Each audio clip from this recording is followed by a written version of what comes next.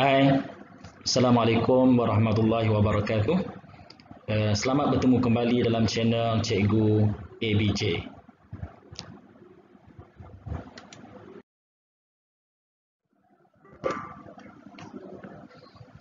Okey, baik anak-anak pelajar, kita sambung lagi pembelajaran maya kita. Video kali ini adalah berkaitan dengan sokongan pergerakan dan pertumbuhan, bahagian yang pertama.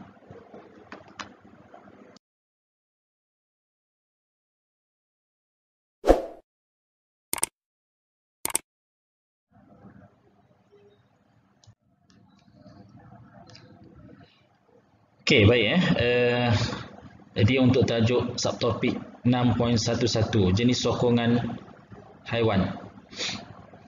Okey, sistem rangka bagi haiwan kita boleh bahagikan dia kepada 3 jenis Yang pertama ialah rangka dalam, yang kedua rangka hidrostatik, yang ketiga ialah rangka luar. So ada rangka dalam, rangka luar, rangka hidrostatik. Okey, bagi haiwan yang mempunyai rangka dalam, kebiasaannya ialah haiwan-haiwan vertebrata ataupun vertebra mempunyai rangka dalam. Dalam nak kenal pasti senang saja, dalamnya ada tulang. Okey, ciri-cirinya ialah memberi sokongan untuk vertebrata tersebut dan rangka dalam ni terbina daripada tulang ataupun rawan.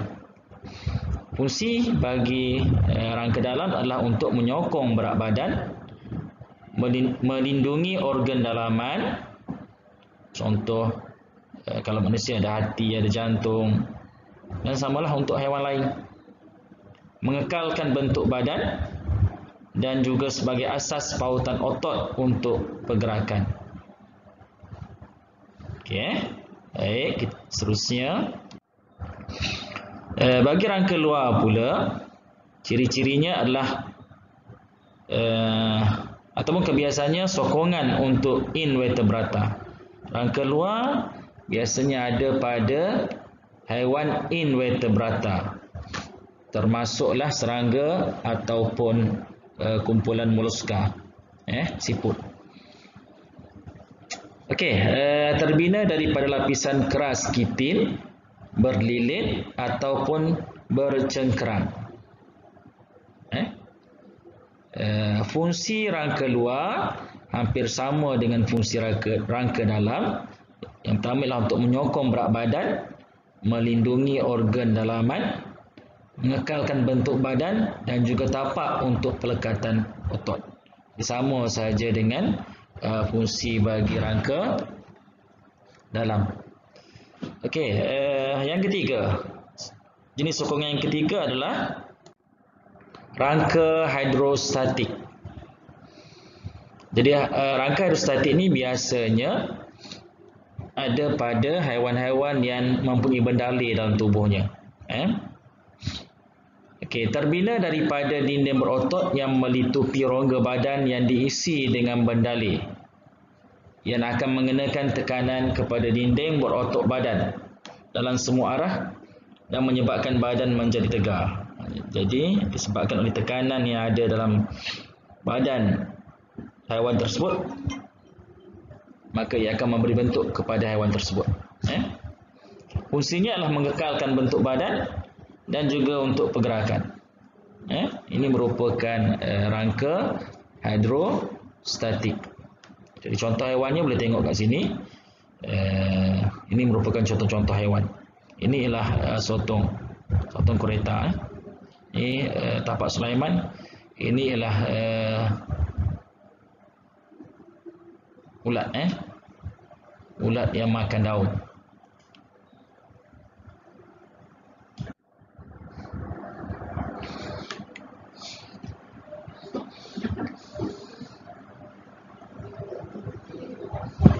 Okey, seterusnya kita tengok kepada saiz rangka luar dan juga pertumbuhan.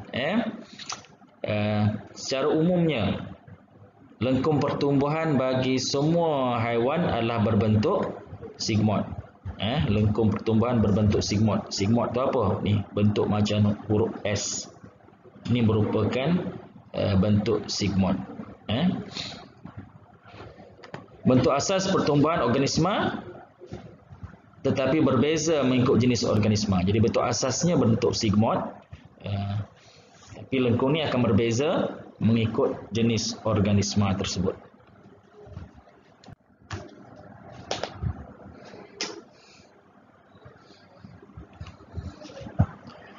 Okey, pertumbuhan haiwan berangka luar adalah secara berperingkat. Contohnya belalang, lipas. Sebab apa dia berperingkat? Sebab dia mempunyai rangka luar yang keras. Kerana rangka luarnya keras dan tidak boleh mengembang. Jadi mesti pertumbuhannya adalah secara berperingkat. Jadi bagaimana haiwan yang mempunyai rangka luar mengatasi masalah pertumbuhan bagi haiwan tersebut? Yang pertama ialah ia akan menanggalkan rangka luar secara berulang-ulang. Kita panggil proses ekdisis. Sehinggalah peringkat dewasa. Rangka luar yang baru dan lembut terbentuk di bawah rangka lama. Ini merupakan contoh graf lengkung pertumbuhan yang berbentuk tangga bagi haiwan yang mempunyai rangka luar. Bahagian menegak menunjukkan pertumbuhan berlaku secara mendadak. Ini yang tegak ni pertumbuhan berlaku dengan mendadak. Bahagian melintang 1, 2, 3, 4, 5 ni yang melintang ni. Ini menunjukkan peringkat pertumbuhan sifar atau tiada pertumbuhan berlaku dan disebut insta. Ini peringkat insta, kita sebut peringkat insta. Rangka baru yang lembut dibina di bawah rangka lama. Jadi rangka baru ni akan mula terbentuk di bawah rangka yang lama. Bila proses ekdisis berlaku, ini proses ekdisis berlaku, rangka baru tu akan beransur-ansur menjadi keras.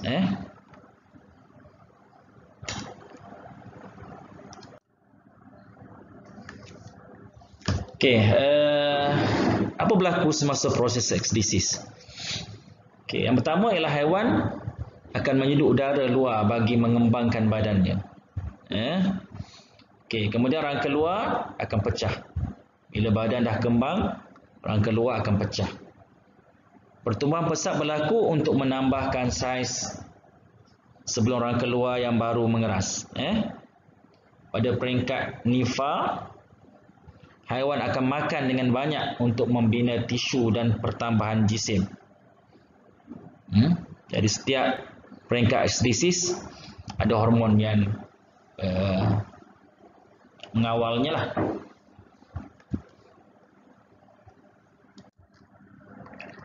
Okey, ini contoh haiwan yang mengalami proses ekdisis. Ini belalang dan ini ialah ular. Yang putih ini merupakan rangka kulit luar dia lah.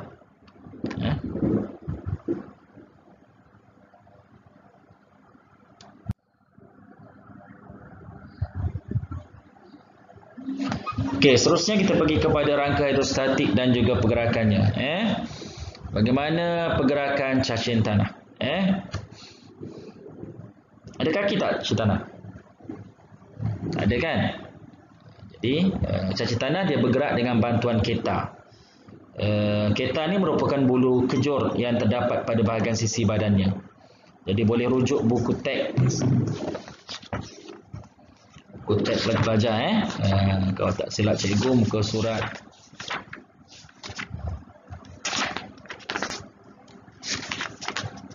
muka surat 119. Okey, dan pada badan cacing tanah ni ada dua otot yang terlibat. Yang pertama ialah otot lingkar, yang kedua ialah otot membujur. Cuba kita tengok gambar dia. Okey. Okey, ini merupakan otot sebelah dalam ni merupakan otot membujur. Manakala sebelah luar ni merupakan otot lingkar. Okey. Dalamnya ada rongga yang diisi dengan mendali yang akan memberi bentuk kepada haiwan tersebut. Okey, di bahagian luar sekali, kulit luar ni pada bahagian bawahnya ada bulu-bulu keras yang kita namakan dia sebagai keta. Keta ni akan mencengkam permukaan tanah semasa cacing hendak bergeraklah.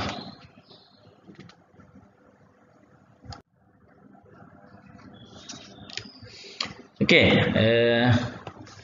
dua jenis otot bertindak secara berantagonis. Berantagonis ni maksudnya adalah berlawanan. Okey, tindakan yang pertama, otot lingkar mengecut. Bila otot lingkar mengecut, otot yang satu lagi, otot membujur akan mengendur. Ini namanya otot berantagonis, berlawanan. Satu kecut, satu akan kendur. Okey, bila otot lingkar mengecut, otot membujur mengendur, maka badan dia akan menipis dan juga memanjang. Badan cacing tu akan menipis dan memanjang. Okay, tindakan yang kedua, otot lingkar mengendur, otot membujur mengecut. Jadi badannya akan menebal dan akan memendek.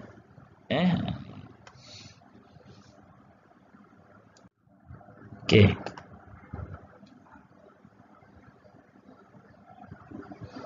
Bila otot membujur mengendur, otot membujur sebelah dalam kan? Otot membujur mengendur, otot melingkar akan mengecut. Otot melingkar mengecut.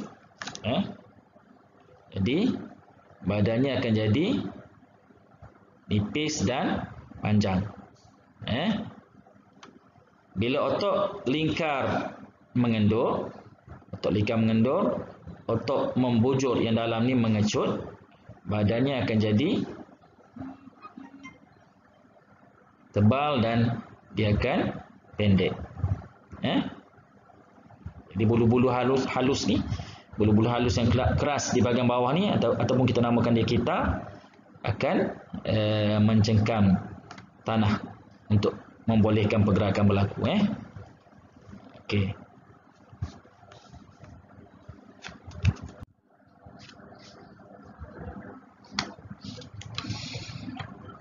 Okey, tindakan otot secara berantagonis ataupun berlawanan menghasilkan tekanan hidrostatik pada cecair dalam rongga badan cacing.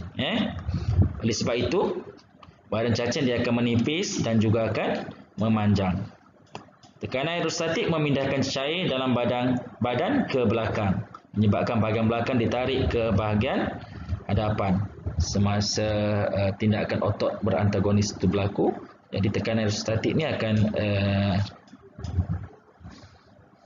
membolehkan cacing tersebut bergerak, menyebabkan bahagian belakang ditarik ke bahagian hadapan. Okey, ini gambar rajah dia. Arah pergerakan gelombang pengecutan berlaku ke belakang, arah pergerakannya berlaku ke hadapan.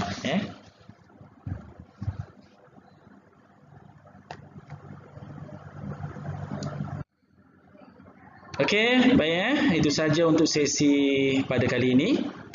Untuk sesi yang akan datang, kita akan bincangkan fungsi rangka dalam bagi haiwan.